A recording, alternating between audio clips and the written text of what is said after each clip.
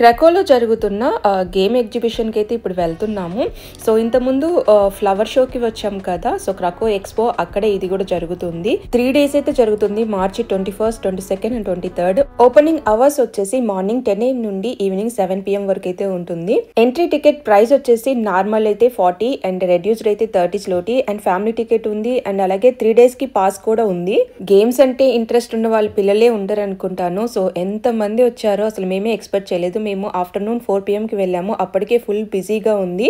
పిల్లలు ఆడుకోవటానికి రకరకాల గేమ్స్ అయితే ఉన్నాయి. అండ్ అక్కడే మనం పర్చేస్ చేసుకోవటానికి స్టోర్స్ కూడా ఉన్నాయి. ఆ ఎగ్జిబిషన్ అయిపోయిన తర్వాత ఇంకో సెక్షన్ లో వచ్చేసి ప్లే స్టేషన్ ఉంటుంది. అక్కడ పిల్లలంతా గేమ్స్ ఆడుకోవచ్చు ఫ్రీగా.